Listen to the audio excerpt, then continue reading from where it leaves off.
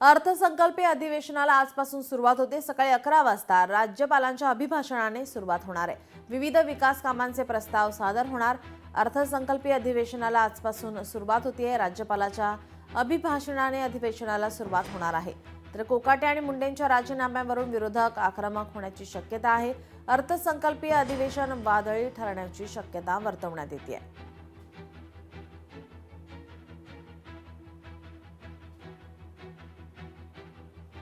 आपल्या प्रतिनिधी मीनाक्षी म्हात्रे आपल्यासोबत जोडलेल्या आहेत। मीनाक्षी, अर्थसंकल्पीय अधिवेशनाला आजपासून सुरुवात होणार आहे, मात्र विरोधक हे काल त्यांनी चहापानावरती बहिष्कार टाकल्यानंतर आक्रमक पाहायला मिळत आहेत। तर आज कोकाटे आणि मुंडेंच्या राजीनाम्यावरून विरोधक आक्रमक होण्याची शक्यता आहे। निश्चितच खरं तर आजपासून आपण पाहतोय राज्याचं अर्थसंकल्पीय अधिवेशन सुरू होते।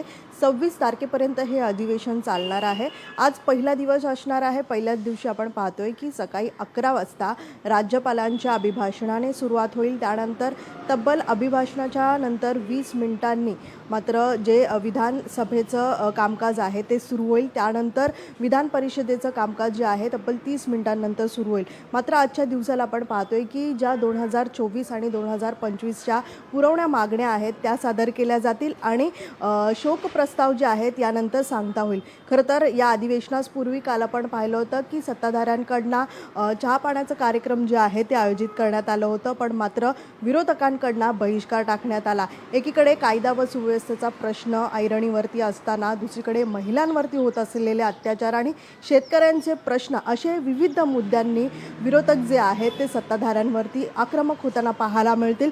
त्यामुळे आजचा दिवस जर पाहिला तर माणिकराव कोकाटे असतील किंवा मग धनंजय मुंडे यांच्या राजीनाम्याची देखील मागणी जी आहे विरोधकांकडून केली जाऊ शकते।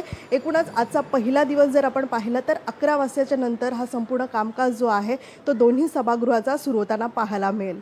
जी नक्कीच, धन्यवाद मीनाक्षी आपण दिलेल्या सविस्तर माहितीसाठी।